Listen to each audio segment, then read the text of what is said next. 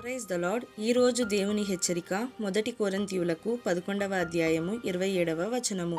కాబట్టి ఎవడు అయోగ్యముగా ప్రభువు యొక్క రొట్టెను తినునో లేక ఆయన పాత్రలోనిది త్రాగునో వాడు ప్రభువు యొక్క శరీరమును గూర్చియు ರಕ್ತమును ಗೂರ್ಚಿಯು ಅಪರಾಧಿಯಗುನು. ಈ ದಿನದ ದೇವರ ಎಚ್ಚರಿಕೆ. ಮೊದಲನೇ ಕೊರಿಂಥದವರಿಗೆ 11ನೇ ಅಧ್ಯಾಯ 27ನೇ ವಚನ.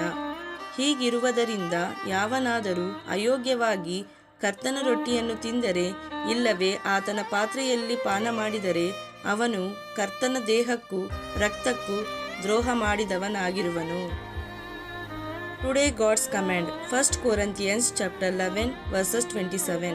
Therefore, whoever eats this bread and drinks this cup of the Lord in an unworthy manner will be guilty concerning the body and blood of the Lord. Amen. Glory to God. God bless you all.